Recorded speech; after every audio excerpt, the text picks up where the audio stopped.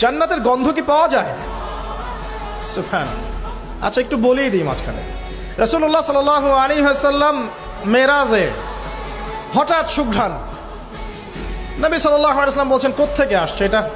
জিবরাইল আলাইহিস সালাম উত্তর দিচ্ছেন, এটা হচ্ছে ফেরাউনের মেয়ের চুল আঁচড়ে দিত একজন দাসী, যার হাত থেকে একদিন চিরুনি পড়ে গিয়েছিল। সে বলেছিল বিসমিল্লাহ বলে চিরুনি উঠিয়েছে, উঠে আবার আচরণ শুরু করেছে। এখন এর মেয়ে শুনে ফেলেছে, বিসমিল্লাহ বলে উঠিয়েছে। সেই মেয়ে ফেরাউনকে বলল যে আপনাকে বাদ দিয়ে এই দাসী আরেকজনকে ইলাহ মানছে। তখন সেই দাসীকে গ্রেপ্তার করা হলো। তুমি কার উপাসনা করছো, কার ইবাদত করছো? সে দাসী বলছে আমি এক আল্লাহর ইবাদত করি। কে আল্লাহ?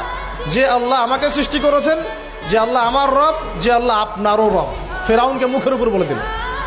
এবার ফেরাউন তাকে ধরে বলছে ফিরে আসো তোমার মতাদর্শ থেকে, না হলে তোমাকে জীবন্ত আগুনে পুড়িয়ে মারব। কি বলছে? আগুনে পুড়িয়ে মারব।